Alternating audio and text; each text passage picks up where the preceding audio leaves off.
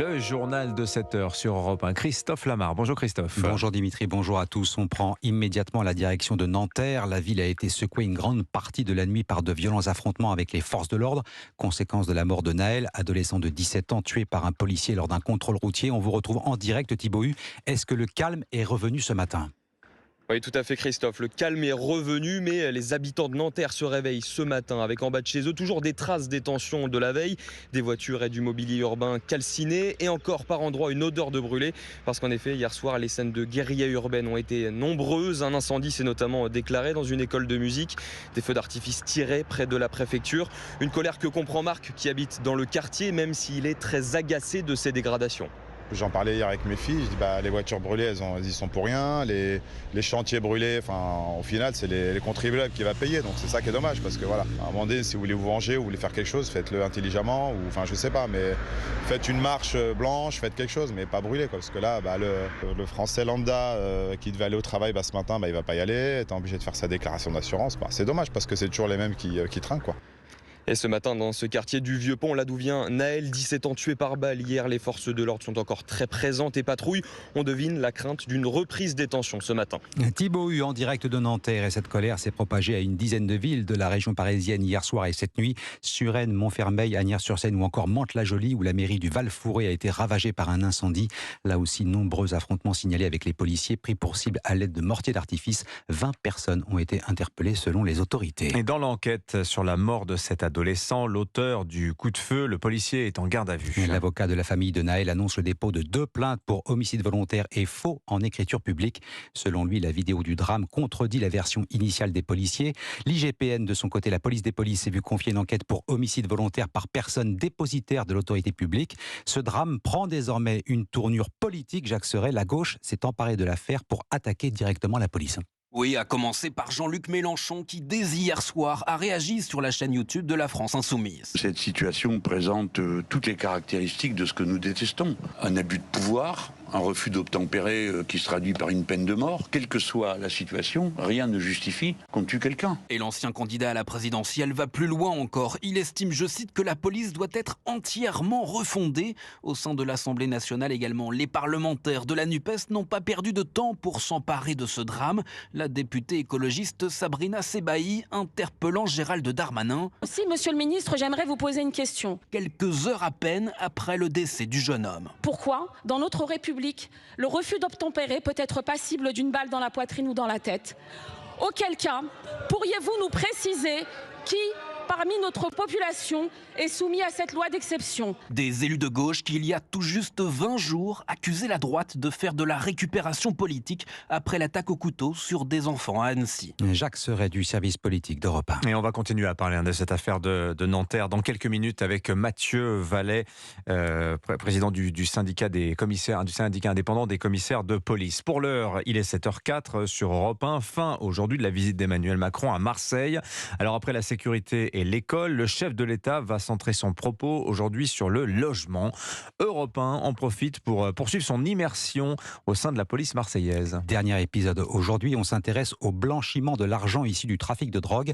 Les trafiquants ont plusieurs techniques pour masquer l'origine de ces millions d'euros amassés illégalement, identifier et démanteler ces circuits. Eh bien, c'est la mission de la brigade financière. Reportage passionnant de William Molinier.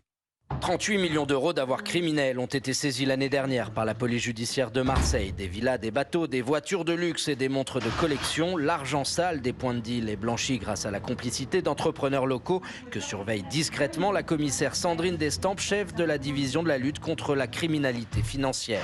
On a remarqué que les entrepreneurs, les dirigeants de sociétés adoptaient des comportements de voyous en ayant un téléphone pour leur réelle activité et un autre téléphone simplement pour leur activité illicite. Des avocats, des notaires, des experts comptables sont régulièrement interpellés. Ces cols blancs n'assument pas leur rôle, pourtant essentiel dans le trafic, comme le constate cette enquêtrice spécialisée. Ils minimisent, donc ils ont fraudé, détourné des fonds, accepté un petit peu d'espèces, mais ni totalement avoir un lien avec un quelconque trafic de stupéfiants. Le mois dernier, 7 patrons marseillais sont tombés dans les filets de la police, soupçonnés d'avoir blanchi avec leur société de BTP ou de taxi 45 millions d'euros issus du trafic de drogue des cités.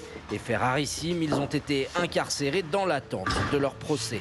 Marseille, William Molinier, Europe 1. Le scandale l'avait empêché de briguer la mairie de Paris en pleine campagne des municipales. L'affaire Benjamin Griveaux arrive au tribunal. 2 prévenus dans le box, l'artiste Piotr Pawlenski et sa compagne Alexandra De Taddeo, 2 personnages clés de ce scandale. On leur doit la diffusion sur Internet d'une vidéo à caractère sexuel impliquant Benjamin Griveaux. De quoi stopper net son ambition politique à Paris. Retour sur cette rocambolesque affaire, David Montagnier.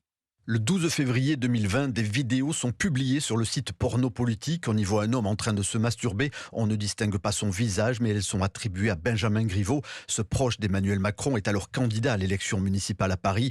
Les vidéos sont rapidement relayées sur les réseaux sociaux. 2 jours plus tard, le candidat annonce son retrait de la campagne municipale. Rapidement, les images sont attribuées à Alexandra De Taddeo, avec qui l'ancien porte-parole du gouvernement a eu une relation en 2018. C'est son compagnon qui affirme avoir diffusé la vidéo. Il s'agit de Piotr Pawlenski, sulfureux artiste russe, réfugié politique en France. Il explique son geste pour dénoncer l'hypocrisie du candidat. Selon lui, ce dernier a utilisé sa famille et fait la propagande des valeurs familiales traditionnelles lors de sa campagne. Tous les 2 seront jugés à partir d'aujourd'hui pour atteinte à l'intimité de la vie privée. David Montagnier du service police-justice d'Europe 1. À l'étranger, au moins 8 morts et une cinquantaine de blessés à Kramatorsk en Ukraine. Bilan encore provisoire après une frappe russe qui a visé un restaurant hier soir. Et puis l'ancienne chancelière allemande Angela Merkel est à Paris. Elle a été faite docteur honoris causa de l'université de Sciences Po. Un titre universitaire le plus prestigieux, l'ex-chancelière était accompagnée de 2 anciens présidents de la République, François Hollande et Nicolas Sarkozy, qui est revenu sur sa relation avec l'ancienne chef du gouvernement allemand lorsqu'il était à l'Élysée. Je l'aime beaucoup et notre couple était d'autant plus extraordinaire qu'on ne peut pas imaginer une personnalité plus différente. Angela a une patience extraordinaire, j'ai une impatience totale. Mais tous les 2, on a quelque chose qui nous a soudés. C'est la conviction que ceux qui ont fait la réconciliation franco-allemande étaient des génies. Et tous les 2, on a la conviction que cette réconciliation est fragile. Et c'est pour ça qu'il faut en prendre soin. L'ancien président Nicolas Sarkozy hier à Sciences Po à l'occasion de la remise du titre de docteur honoris causa à Angela Merkel. Enfin, ce fut longtemps un événement, mais ça ne l'est plus tellement. Ouverture aujourd'hui des soldes d'été. 4 semaines de prix réduits jusqu'au 25 juillet, mais les consommateurs ont changé leurs habitudes entre les réductions et les ventes privées. Eh bien, les soldes attirent de moins en moins.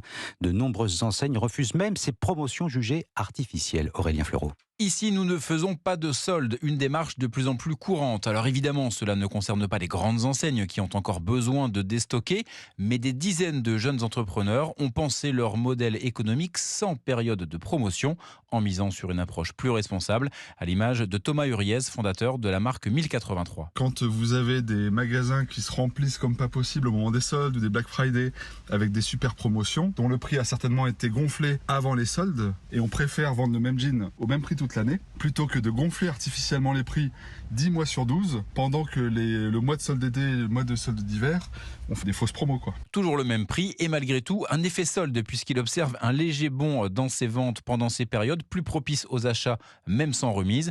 Et que ce soit Cézanne, Asphalt, Basus, Ast ou encore Beldon, toutes ces marques feront encore l'impasse, comme de plus en plus de clients d'ailleurs. Lors des soldes d'hiver en janvier dernier, plus d'un magasin sur 10 a vu son chiffre d'affaires chuter de 30%. Voilà, Aurélien Fleureau du service économie d'Europe 1. Les soldes, eh bien, c'est plus ce que c'était. Effectivement, merci Christophe Lamar. On vous retrouve, vous êtes toujours le même.